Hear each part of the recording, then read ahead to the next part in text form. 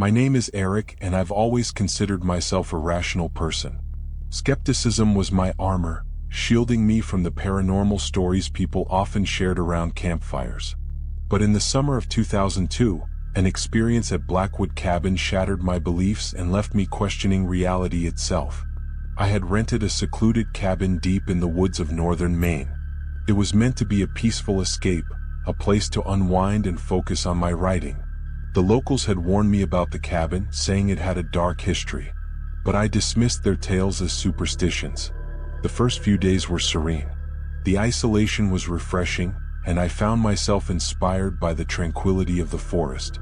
The cabin, though old and creaky, had a certain rustic charm. However, as the sun set on the fourth day, an unsettling feeling began to creep in.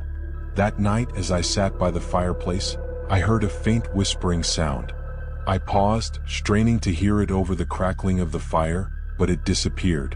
I brushed it off as the wind rustling through the trees. But as the night wore on, the whispering grew louder, more insistent, coming from all around the cabin. Sleep eluded me as the whispering continued, now accompanied by soft footsteps echoing through the halls. Gripping my flashlight, I searched the cabin but found nothing. The eerie feeling of being watched settled over me, prickling my skin. The next day, determined to find an explanation, I explored the surrounding woods. As I wandered deeper into the forest, I stumbled upon an overgrown, crumbling stone foundation. Curiosity piqued, I cleared away some of the debris and found a weathered journal. The entries were written in a frantic scrawl, detailing a series of strange occurrences at the cabin. The previous occupants had experienced the same whispering and footsteps. They claimed to have seen shadowy figures lurking in the corners of their vision, and felt an oppressive presence watching them. The journal ended abruptly, the final pages smeared with what looked like dried blood.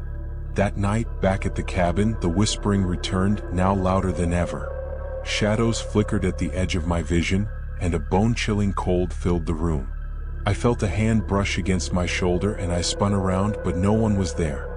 Panic set in as the whispering escalated into a cacophony of voices, each one vying for my attention. The footsteps grew heavier, and I could hear them ascending the stairs. My heart pounded in my chest as I barricaded myself in the bedroom, praying for the ordeal to end. Just as I thought I could bear no more, the door to the bedroom burst open. A shadowy figure stood in the doorway, its eyes glowing a malevolent red. It stepped forward, and I felt an overwhelming sense of dread wash over me. The figure reached out, and I collapsed to the floor, unconscious. When I awoke, it was morning. The cabin was silent, the oppressive presence gone. I fled from Blackwood Cabin, vowing never to return. The locals listened with grave faces as I recounted my story. They told me that the cabin was built on cursed land, and that anyone who stayed there would be haunted by the spirits of those who had suffered there.